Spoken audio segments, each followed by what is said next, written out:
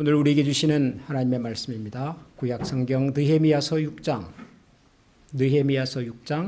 10절부터 14절까지를 한 절씩 교독하겠습니다. 느헤미야서 6장 10절에서 14절을 교독하겠습니다. 이후에 무헤다벨의 손자 들라야의 아들 스마야가 두문불출하기로 내가 그 집에 가니 그가 이르기를 그들이 너를 죽이러 올 터이니 우리가 하나님의 전으로 가서 외소 안에 머물고 그 문을 닫자. 저들이 반드시 밤에 와서 너를 죽이리라 하기로 내가 이르기를 나 같은 자가 어찌 도망하며 나 같은 몸이면 누가 외소에 들어가서 생명을 보존하겠느냐. 나는 들어가지 않겠노라 하고 깨달은즉 그는 하나님께서 보내신 바가 아니라 도비야와 산발랏에게 뇌물을 받고 내게 이런 예언을 함이라. 그들이 뇌물을 준 까닭은 나를 두렵게 하고 이렇게 함으로 범죄하게 하고 악한 말을 지어 나를 비방하려 함이었네. 다 같이 읽겠습니다. 내 하나님이여 도비야와 산발락과 여선지 노아대와 그 남은 선지자들 곧 나를 두렵게 하고자 한 자들의 소행을 기억하옵소서 하였노라. 아멘. 2021년 드디어 마지막 주일이 왔습니다. 여러분 한 해 잘 지내셨죠? 어려운 일들이 많았습니다만은 그래도 여러분 건강하게 또 여기까지 잘 달려오신 것 같아서 너무너무 감사드리고 또 주님의 이름으로 여러분들 격려하고 축복해 드리고 싶습니다. 가정에서 예배 드리시는 우리 성도님들에게도 마찬가지입니다.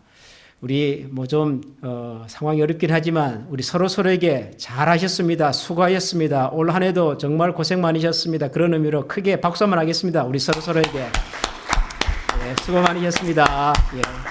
여기까지 잘 오셨습니다. 그해 마지막 주일 예배 여러 가지로 참 생각이 많아지는 시간이지요.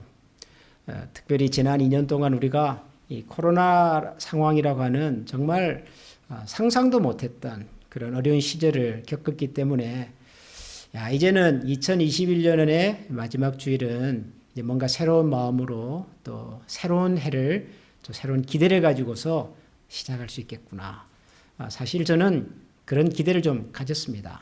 작년까지만 해도 참 침울하고 많이 좀 낙심이 되고 했지만은 2021년의 12월은 좀 다를 것이다. 그렇게 생각을 했었습니다. 연말에 여러 가지 교회 행사들도 나름대로 열심히 준비를 하고 또 내년에는 새 시작과 함께 또 특별 새벽 기도회도 준비를 하고 그런 마음으로 기다렸는데 정말 인생은 우리가 계획하는 대로 잘 안 되는 것 같아요. 항상 우리 생각과는 다른 또 다른 변수, 어려움들이 항상 우리 주변에 있는 것 같습니다. 특별히 이게 계속 어려웠다면 어차피 어려울 거 그냥 그렇게 생각하고 있었겠는데 뭔가 좀 기대를 하고 있다가 또 갑자기 우리 앞에 큰 벽이 하나 나타나는 것 같은 생각이 드니까 좀 더 낙심이 되는 것 같아요. 여러분 등산 좋아하십니까? 한국에 계실 때 등산 자주 좀 하셨습니까? 한국 사람들이 제일 좋아하는 운동이 등산이라 그러거든요. 연세가 많으실수록 등산하는 분들이 많다고 그러는데 저도 등산을 좋아합니다. 여러분 등산을 해보면 언제가 제일 어려운지 아십니까? 설악산, 지리산, 여러분 산에 올라가시면은 언제가 제일 힘든지 아십니까? 물론 가파른 고개를 올라갈 때가 제일 힘들지요. 그런데 어차피 그거 하려고 온 거잖아요. 등산이라고 하는 거가 높은 산을 가파른 골짜기를 올라가려고 온 거잖아요. 그러니까 사실 그건 감당할 만해요.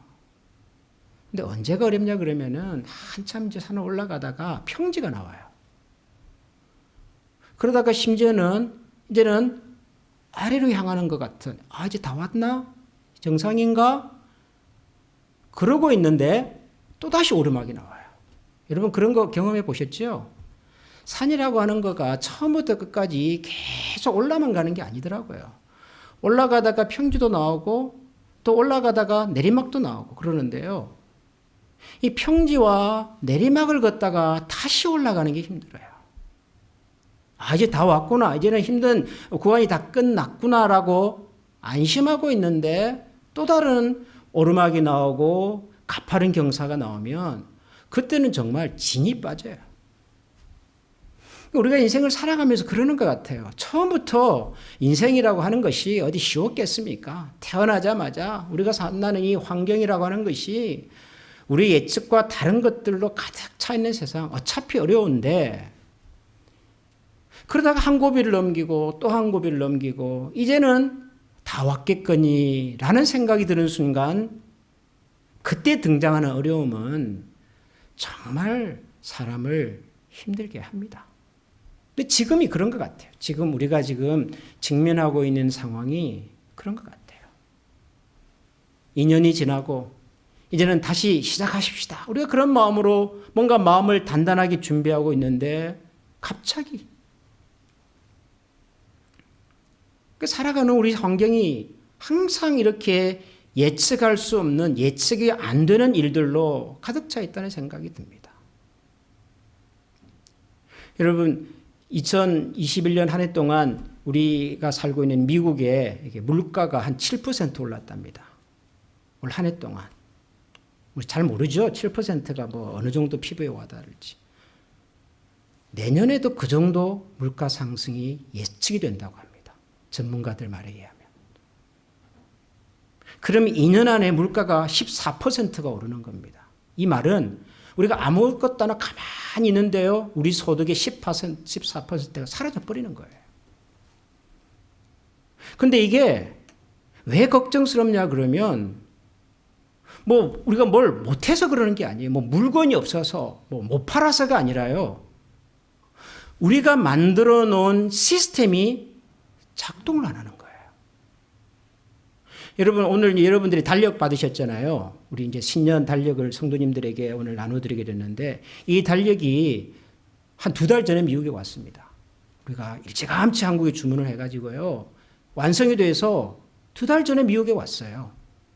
2달 동안 우리가 받지를 못했습니다. 왜요? 배달이 안 되니까요, 배달이.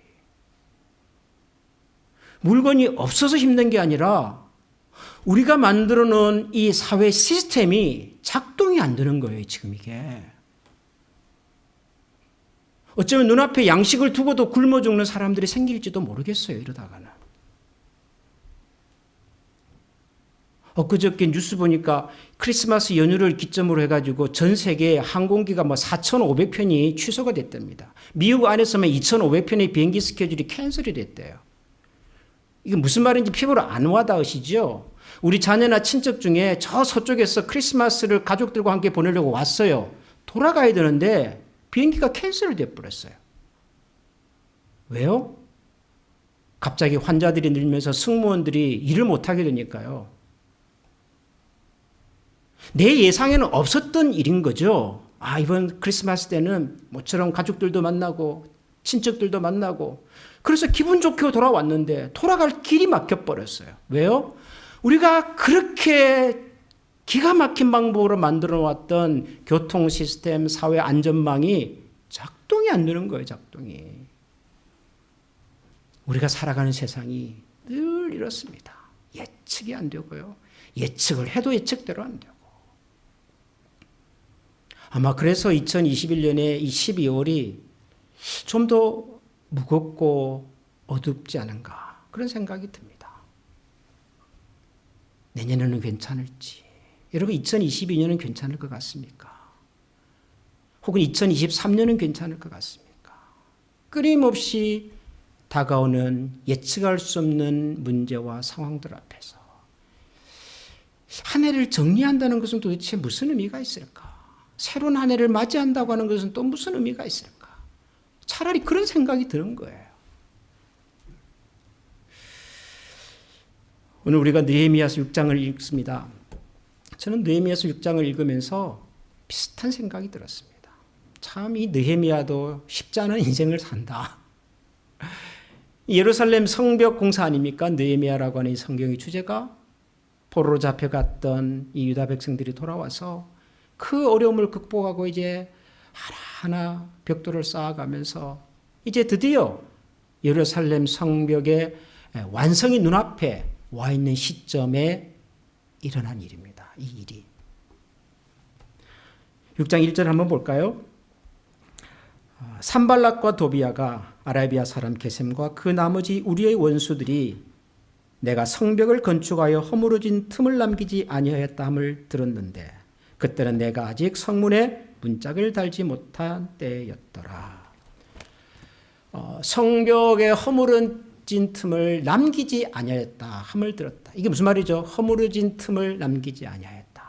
다 메꾸었다 그 말이죠. 허물어진 곳들을 다 메꾸고 다 세우고 보수하고 해서 이제 마지막 뭐가 남았죠? 문짝만 달면 끝입니다. 문짝만 달면 예루살렘 성벽이 드디어 그 기나긴 세월을 다 이기고 완성되는 순간. 자, 그런데 누가 등장합니까? 산발락과 도비야. 참 우리가 느헤미야를 읽으면서 자주 들었던 이름입니다. 지긋지긋한 이름입니다. 느헤미야가 예루살렘에 도착할 때부터 시종일관 느헤미야와 유다 백성들의 성벽 공사를 방해하고 모략하고 거짓말하고 했던 이 장본인 산발락과 도비야. 이 사람들의 이름이 또 등장을 합니다. 근데 이번에는 산발락과 도비야 두 사람만 등장하는 것이 아니라 아라비아 사람 게셈, 세겜 또 그 외의 원수들도 더 많은 사람들이 느헤미야와 유다 백성들 앞에 나타났습니다. 뭐하러 왔을까요? 2절을 보면 산발락과 게셈이 내게 사람을 보내어 이르기를 오라 우리가 오노 평지 한 촌에서 서로 만나자니 실상은 나를 해하고자 함이었더라. 느헤미야에게 사람을 보냈다 그럽니다. 방해하러 온 거죠. 예루살렘 성벽 공사가 거의 다 마무리되어 간다. 이제 문짝만 달면 다 끝났다라고 하는 소문을 듣고는 급하게 산발락과 도비아가 주변에 있는 동조하는 세력들을 몰아가지고 다시 느헤미야를 찾아온 겁니다. 느헤미야와 유다 백성들의 이 성벽 공사를 막으려고, 저지하려고, 회방하려고 집요하게 찾아왔습니다. 오늘 이 느헤미야서 6장을 보면 이 산발락과 도비아가 느헤미야가 중심이 된 성벽 공사를 방해하기 위해서 모두 세 가지의 방법으로 도전을 합니다. 세 가지. 첫 번째가 사람을 보냅니다. 사람을 보내서 한번 만나자. 왜 만나자고 그랬을까요? 우리가 만나서 좋게 대화로 문제를 한번 해결해 보자. 그랬을까요? 아니었습니다. 겉으로는 만나서 대화하자라고 했지만 사실은 만나러 오는 느헤미야를 몰래 죽이려고 하는 숨은 의도를 가지고 사람을 보낸 거죠. 만나자. 우리 한번 오노 평지에서 한번 만나자. 느헤미야가 그래서 숨은 의도를 간파했습니다. 이게 단순히 대화하자는 제안이 아니다. 가서 어떤 일을 만날지는 모른다. 더군다나 나는 지금 성벽 공사를 마무리해야 하는 아주 중요한 상황에 놓여 있기 때문에 갈 수 없다. 느헤미야가 그렇게 대답을 했습니다. 산발락과 도비아가 그렇다고 해서 포기하지 않아요. 집요하게 사람을 보냅니다. 2번, 3번, 무려 4번에 걸쳐서 사람을 보냈지만 느헤미야는 거절을 했습니다. 만나자는 제안을. 만나서 해결하자. 대화로 해결하자. 그랬죠. 처음에는. 느헤미야가 안 오니까요. 2번째는 어떻게 했을까요? 5절을 보면 산발락이 5번째는 그 종자의 손에 봉하지 않은 편지를 들려 내게 보냈는데 4번이나 사람을 보냈어도 안 오니까 5번째는 편지를 하나 보냈다 그럽니다. 편지를. 그런데 성경을 보니까 이 편지가 좀 묘한 편지예요. 뭐라고 되어 있습니까? 5번째는 그 종자의 손에 봉하지 않은 편지. 이게 뭐죠? 봉하지 않은 편지가 뭐예요? Unsealed letter. 그러니까 누구라도 볼 수 있도록. 마음만 먹으면 편지의 내용을 누구라도 읽을 수 있도록. 그렇게 해서 보냈다는 거예요. 왜요? 읽으라고. 누가? 아무라도. 무슨 얘기죠? 느헤미야에게 편지를 보내서 뭔가 느헤미야에게 얘기를 하는 것 같이 하지만 사실은 뭐예요? 편지의 내용을 다른 사람들에게 다 알려서 그 사람들로 하여금 느헤미야에 대하여 나쁜 생각, 부정적인 생각, 그런 나쁜 여론을 형성하기 위해서. 여론전이죠, 여론전. 그러니까 사람을 보내서 만나자 그래도 안 오니까 어떻게 해요? 나쁜 소문을 퍼뜨려 가지고 그 소문에 의해서 할 수 없이 느헤미야가 오게끔 하려고 지금 unsealed letter를 보내는 거예요. 참 이 산발락과 도비야도 하여튼 뭐 나쁜 면이긴 하지만은 대단한 사람이에요, 대단한 사람. 여러분, 우리가 왜 가끔 이 정치하는 사람들이 서로 다른 입장 있는 분들이 아주 긴장 국면으로 가다가 대화하자 그러잖아요, 대화. 근데 대화하자 그러놓고는 어떻게 해요? 기자들을 만나가지고 살 흘리잖아요. 사실은 내가 몇 번 얘기를 했는데도 저 사람이 나한테 연락도 안 하고. 왜 그래요? 만나서 대화로 풀 마음이 있는 게 아니죠. 여론을 형성해서 나에게 유리한 국면을 만들려고 그러는 거잖아요. 이 산발락과 도비야가 지금 그러는 거죠. 편지를 보내면서 봉하지도 않고 사람들에게 나쁜 여론을 만드는 내용이 뭐예요? 저 느헤미야라고 하는 친구가 뭐 성벽을 공사를 한다고 하지만 사실은 성벽 공사가 목적이 아니라 바벨론의 왕, 페르시아의 왕에게 반역하려고 하는 나쁜 의도를 가지고 있는 사람이다. 이런 소문을 만들어내기 위해서 여론전을 하는 거예요. 여론전. 그 느헤미야가 그렇다고 해서 굴하지 않습니다. 가지 않습니다. 만나지 않습니다. 두 번째 방법도 실패하지요. 여론전도 실패합니다. 그러자 산발락과 도비야가 마지막으로 선택한 방법이 있었습니다. 그게 뭐냐면 10절을 봅니다. 오늘 우리가 읽은 본문 이후에 무헤다벨의 손자 들라의 아들 스마야가 두문불출하기로 내가 그 집에 가니 그가 이르기를 그들이 너를 죽이러 올 터이니 우리가 하나님의 전으로 가서 외소 안에 머물고 그 문을 닫자. 저들이 반드시 밤에 와서 너를 죽이리라 하기로. 이게 무슨 얘기냐면은 예루살렘에 스마야라고 하는 선지자가 있었던 것 같습니다. 근데 꽤 유명한 선지자였던 것 같아요. 근데 선지자가 며칠 동안 두문불출, 밖에 나오지를 않아요. 선지자가 밖에 나오지도 않고 아무런 얘기도 안 하고 그러니까 느헤미야 입장에서 백성의 지도자인 느헤미야 입장에서 백성들의 영적인 지도자 선지자를 찾아가 봐야 되겠구나라고 생각을 하고 방문을 한 거죠. 방문을 했더니 스마야가 이런 얘기를 합니다. 느헤미야야, 지금 너를 죽이려고 사람들이 다가오고 있다. 너의 목숨을 노리는 사람들이 지금 너의 목숨을 해치려고 지금 다가오고 있단다. 그러니 하나님의 전으로 가서 외소 안에 머물고 그 문을 닫아서 저들이 반드시 너를 죽이려고 하는 그 시도로부터 몸을 좀 피하자. 스마야 선지자가 느헤미야에게 너의 목숨을 지금 찾는 사람들이 오고 있으니까 성전으로 가라. 성전 외소로 들어가서 몸을 좀 피하고 있어라. 그런 얘기를 한 거죠.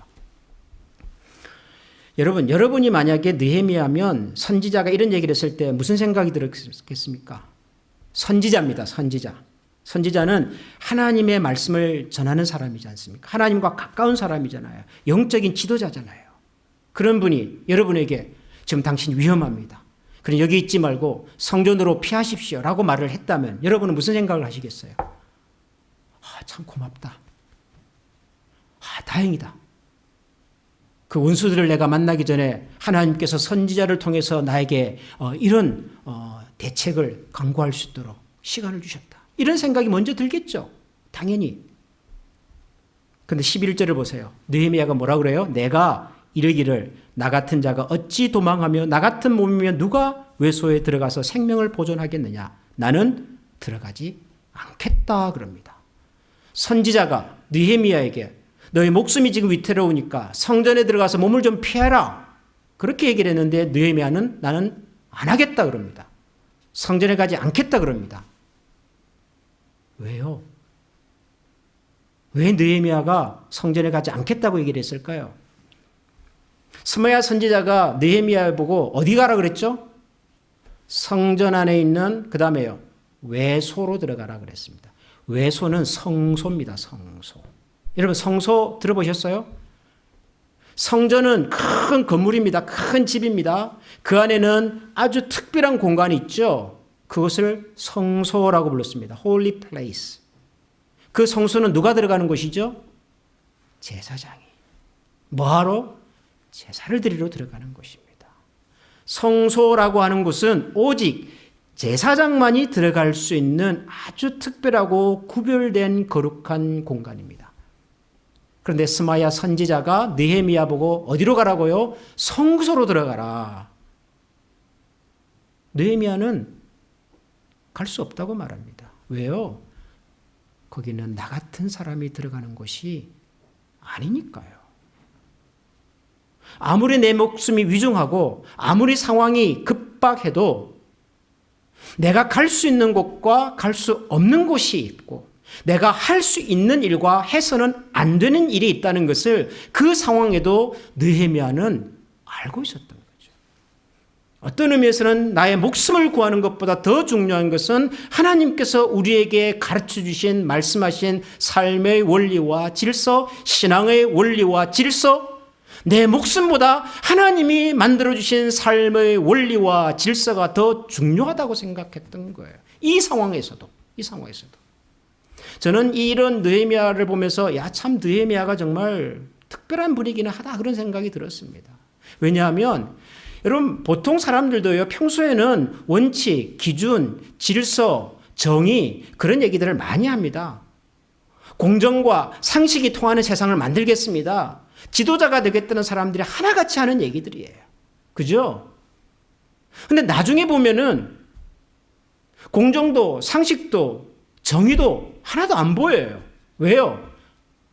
내 문제가 돼버리면 나의 이해관계가 거기에 섞여버리면 나와 친한 사람들이 그 문제에 얽혀버리면은 공정이든 법치든 상식이든 다 성과없어요. 다 소용없어요. 여러분 안 그렇습니까? 우리가 살아가는 세상이 그래요. 내 문제가 되고 내 목숨에 달리고 내 이해관계가 걸려버리면은 공정도 상식도 죄송하지만 신앙도 저는 그런 것 같더라고요. 열심히 신앙생활 하시는 분들, 평소에 하나님의 나라와 영광과 교회의 사명과 빛과 소금이 되고 많은 얘기를 하시던 그런 훌륭한 크리스찬들도요. 정작 그 문제가 내 문제가 되고 나의 이해관계가 걸리고 내가 불안해지고 내가 손해가 돼버리면 그렇게 주장했던 신앙의 원칙과 질서도 다 팽개쳐 버리고 저는 그렇게 말하고 행동하는 분들을 많이 봤어요. 느헤미야는 달랐어요. 선지자가 성소에 몸을 좀 펴라. 그랬음에도 불구하고 안 하겠대요. 내가 갈 수 있는 곳이 아니니까. 그런데 느헤미야가 그런 결심을 하고 나니까요. 눈에 보이는 게 있었어요. 스마야 선지자의 그 제안을 거절하고 나니까 들리는 게 있었어요. 그게 뭔 줄 아십니까? 12절을 보면 깨달은 즉 그는 하나님께서 보내신 바가 아니라 도비야와 산발랏에게 뇌물을 받고 내게 이런 예언을 함이라. 기가 막힌 거. 어지간하면 여러분 선지자 얘기만 듣지 않겠습니까? 선지자 얘기면. 하나님의 말씀인데 어지간하면 듣지 않겠습니까? 여러분들도 뭐 다른 사람은 몰라도 목사님이 이러더라. 내가 잘 아는 어떤 선교사님이 이렇게 얘기를 하더라. 그러면 일단 마음이 좀 흔들리지 않습니까, 여러분? 기도 많이 하시는 분, 나보다는 하나님의 말씀을 더 많이 아시는 분, 그런 분 얘기를 하면 더 맞을 것 같지 않습니까? 그런데 여러분 선지자가 하는 말이라고 다 맞지가 않아요. 죄송하지만 목사님의 말이라고 다 맞는 얘기가 아니더라고요. 기도 많이 했다고 그 얘기가 다 하나님의 뜻이 아닐 수가 있더라고요. 더 중요한 것은 하나님께서 나에게 맡기신 역할이 뭔가, 하나님이 나에게 허락하신, 하나님이 나를 통하여 이루어가기를 원하시는 더 기본적이고 더 기초적인 사명과 원리에 충실해야만 보이고 들리는 것들이 있더라고요.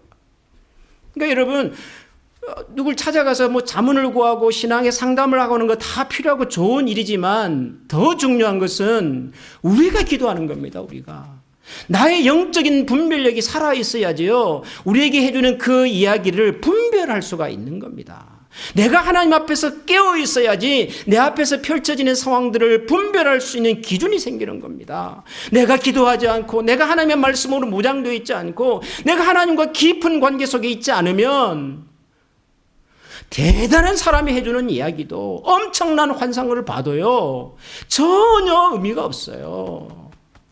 내가 깨어 있어야지. 내가 서 있어야지. 느헤미야가 그랬어요. 느헤미야가 선지자가 지금 하는 제안인데도 불구하고 안 하겠대요. 내 몫이 아니니까. 그것은 내 역할이 아니니까. 그리고 난 다음에 보니까 깨달아졌어요. 아, 이게 나를 위한 얘기가 아니구나. 그런 다음 느헤미야가 하나님 앞에 기도합니다. 14절, 내 하나님이여 도비야와 산발락과 여선지 노아다의 그 남은 선지자들 곧 나를 두렵게 하고자 한들의 소행을 기억하옵소서 하였노라. 그리고 하나님 앞에 앉아서 차분히 돌아본 겁니다. 아, 이게 다 이런 이유들이었구나. 하나님, 나에게 내 주변에서 일어나는 이 모든 일들을 하나님께서 기억하시옵소서. 성벽은 완성이 됐을까요? 안 됐을까요? 예루살렘 성벽은 완성이 됐을까요? 안 됐을까요? 15절, 16절을 제가 읽어보겠습니다. 성벽 역사가 52일 만인 엘룰월 25일에 끝나매 우리의 모든 대적과 주위에 있는 이방 족속들이 이를 두고 다 두려워하여 크게 낙담하였으니 그들이 우리 하나님께서 이 역사를 이루신 것을 알미니라. 아멘. 성벽이 완성되었습니다. 성벽이 드디어 완성이 되었습니다. 이 성벽 공사의 완성을 기록하고 있는 이 느헤미야의 이야기가 참 인상적이에요. 우리를 두렵게 했던 자들이었잖아요. 성벽 공사를 중단하게 하려고, 우리를 두렵게 하려고 사람도 보내고 편지도 쓰고 여론전도 하고 심지어는 선지자를 매수까지 해가지고 중단시키려고 했던 그들이 오히려 결과를 보고 두려워했다. 하나님께서 이 역사를 이루셨다. 여러분, 끊임없이 우리 주변에는 우리를 두렵게 하는 일들이 있을 겁니다. 끝난 것처럼 보이는 일이 끝이 아니구나 하는 생각이 들 때가 또 있을 겁니다. 장사하시는 분들 잘 되면 마음이 편합니까? 잘 돼도 불안하고, 그죠? 안 되면 더 불안하고. 그게 장사 같아요. 잘 됐다고 해서, 오늘 장사가 잘 됐다고 해서 마음 편하게 먹고 발 뻗고 주무시지를 못하시더라고요. 자녀를 양육하시는 부모님들은 자녀들에 대한 염려와 걱정이 언제쯤 끝이 날 것 같으세요? 고등학교를 졸업하면 끝이 날까요? 대학을 졸업하면 끝이 날까요? 결혼을 시키면 끝이 날까요? 자녀들을 향한 부모의 염려와 걱정은 끝이 없잖아요. 끝이 없잖아요. 우리가 살고 있는 이 주변에서 일어나는 많은 이야기들의 끝은 어딜까요? 2022년은 끝일까요? 2024년은 끝일까요? 오미크론이라고 하는 이 변이 바이러스에 대한 미국의 한 대학교에서 연구를 해봤더니요, 예측입니다. 예측. 내년 1월부터 2월까지 2달 안에 어쩌면 미국의 3억 3천만 인구의 절반의 3분의 1에 해당하는 1억 4천만 명 정도가 감염될지도 모르겠다. 신규 감염자가 그렇게 될 거라는 예측. 신규 2달 안에 전 세계 76억 인구 중에서 절반 정도가 감염될 수도 있다. 예측을 그렇게 했더라고요. 백신을 개발한 유명한 제약회사의 대표는 이 오미크론이라고 하는 바이러스 때문에 어쩌면 이 상황이 2024년까지 갈지도 모르겠다. 그랬더라고요. 2024년의 끝이라도 놔주면 좋겠는데 글쎄요. 알 수 없죠. 두렵습니다. 솔직히 말하면 걱정입니다. 저는 정말 우리 교회를 보면서도 뭘 좀 해보려고 그러면은 막히고 뭘 좀 으쌰으쌰 해보려고 그러니까 또 어떤 장벽이 이번에 참 지난 한 주 그런 마음이 많이 들었어요. 모처럼 이제 아이들과 같이 만나서 이제 성탄 축하 예배도 하고 말이죠. 이 송구 영신 예배도 드리고 그럴 생각으로 좀 마음이 좀 들떴는데 2022년이라고 달라질 것 같지가 않은 거죠. 그러나 여러분 기억하십시다. 세상은 언제나 우리를 두렵게 만들고 불안하게 만들고 끊임없이 우리를 노심초사하게 만들겠지만 우리가 있어야 할 곳이 어딘지, 내가 해야 될 일이 뭔지, 우리가 놓치지 말아야 할 내 삶의 목적이 뭔지를 기억하고 그 자리에 서 있으면, 그리고 그 자리에서 우리가 하나님을 바라볼 수 있으면 여러분 답은 있습니다. 길은 있습니다. 우리를 두렵게 하는 것이 오히려 두려워지는 세상이 될 수 있습니다.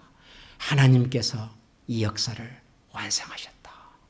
느헤미야의 고백처럼 하나님께서 이 상황을 다스리셨다.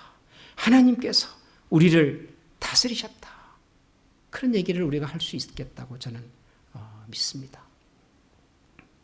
그래서 사도 바울이 고린도전서 마지막 장에서 했던 이야기를 저는 여러분들과 함께 오늘 좀 읽으면서 오늘의 설교를 마무리하고 싶습니다. 고린도전서 15장 56절 57절인데요. 우리 이 말씀을 다 같이 한번 같이 읽어보면 좋겠는데요. 다 같이 읽어보겠습니다. 시작. 우리 주 예수 그리스도로 말미암아 우리에게 승리를 주시는 하나님께 감사하노니 그러므로 내 사랑하는 형제들아 견실하며 흔들리지 말고 항상 주일에 더욱 힘쓰는 자들이 되라. 이는 너희 수고가 주 안에서 헛되지 않은 줄을 알미니라. 아멘. 우리 사랑하는 한미가족 여러분, 2021년도 잘 하셨습니다. 수고하셨습니다. 2022년도 두려워하지 맙시다. 견실하며 흔들리지 말며 항상 주의 일에 우리 더욱더 힘쓰면서 한번 걸어가 보십시다. 함께 걸어가 보십시다. 손을 잡고 기도하고 말씀 앞에서 담대하게 항상 우리에게 이김을 주시는 그 하나님 앞에서 우리의 수고가 헛되지 않게 하시는 그 하나님 앞에서 다시 한번 용기와 소망을 가지고 일어서는 그런 우리 모든 한미가족이 될 수 있기를 주님 이름으로 축원합니다. 우리 이 시간에 한번 찬양하겠습니다. 아름답고 놀라운 주님 예수, 말로는 할 수 없습니다. 측량할 수 없는 하나님의 위엄, 한없는 지혜와 사랑, 보좌에 계신 그 주님을 우리가 주목하며 바라보겠습니다. 우리 이 찬양 다 같이 한번 하겠습니다.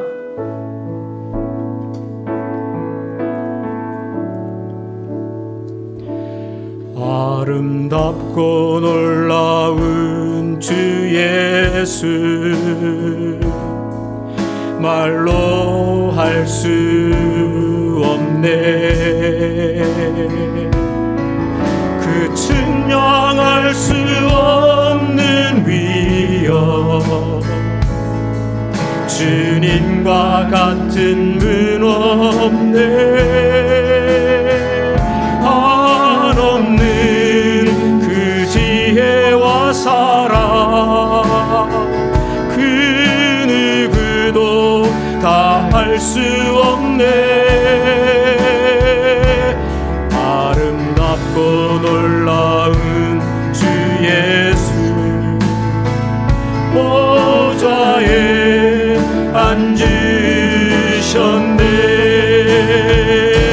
주님 앞에 내가 서 있네.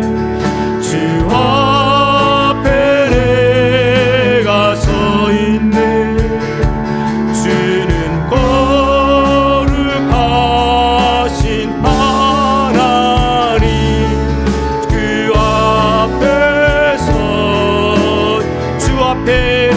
서 있네. 주 앞에 내가 서 있네. 주 앞에 내가 서 있네. 주는 거룩하신 하나님 그 앞에 서 있네. 우리 시간에 한번 다 같이 마음을 모아서 기도하십시다. 2021년 쉽지 않았습니다. 힘들었습니다. 우리 주변에 특별히 연약한 많은 분들이 계셨습니다. 우리 곁을 떠나야만 했던 분들도 계셨습니다. 그럼에도 불구하고 하나님이 저희들을 여기까지 도우셨습니다. 에베네셀의 하나님이셨습니다. 영규와 존귀와 찬양을 받으시기에 합당한 우리의 하나님이셨습니다. 그 하나님께서 우리에게 지난 한 해 동안 베푸신 은혜와 사랑을 기억하고 감사하면서 기도하십시다. 하나님 앞에 서 있을 수 있도록 세상의 시련과 풍파에 쉽게 넘어가지 않도록 우리의 마음과 생각을 지켜주신 하나님께 감사의 기도를 드리십시다. 2022년이 쉽지 않을 겁니다. 어떤 일이 도사리고 있을지 알 수가 없습니다. 그렇지만 견실하며 흔들리지 말며 항상 주의 일에 더욱 힘쓰는 자들이 되면 우리의 수고를 헛되게 하지 않으실 하나님이 바로 우리의 하나님이신 것을 믿습니다. 그 하나님 앞에 또 한 해를 맡겨드리고 또 한 해를 하나님이 주장해 주시고 임마누엘로 동행해 주시도록 우리 시간에 한번 다 같이 마음을 모아서 통성으로 한번 기도하겠습니다. 하나님 아버지 감사합니다. 하나님 고맙습니다. 또 한 해를 우리가 이제 돌려보내면서 하나님 우리에게 돌려왔던 많은 어려움과 시련의 시간들이 있었음에도 불구하고 우리가 주저하지 않고 포기하지 않고 여기까지 오게 하신 하나님을 찬양합니다. 하나님께서 우리를 여기까지 도우셨고 항상 우리 곁에서 힘과 용기와 소망이 되어주신 하나님을 찬양합니다. 그 하나님으로 말미암아 우리의 내년이 밝게 해주시고 우리의 미래가 다시 힘이 있게 해주시고 우리의 내일이 다시 한번 소망의 한 해가 될 수 있도록 도와주시옵소서. 우리에게는 답이 없습니다. 우리에게는 여전히 어둠의 그림자가 놓여 있습니다. 우리가 어디를 가야 할지를 모르겠습니다. 그럼에도 불구하고 하나님이 우리의 힘이 되어주시고 우리의 주인이 되어주시고 우리의 길잡이가 되어주시고 우리의 빛이 되시며 우리의 소망이 되어주시고 그 하나님 앞에서 우리의 마음과 능력과 자신 주실 것을 저희들이 기대합니다. 감사합니다. 주님 앞에 내가 서 있습니다. 주님 앞에 내가 서 있네. 주 앞에 내가 서 있네. 주는 거룩하신 하나님 그 앞에 서 있네.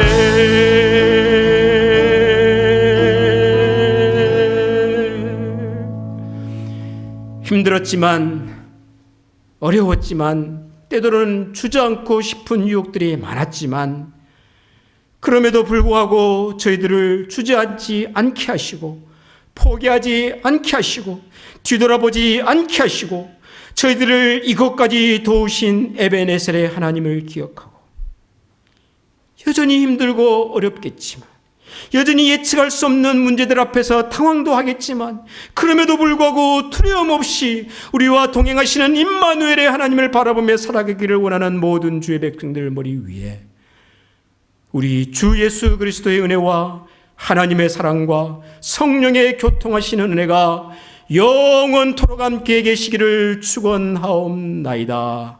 아멘.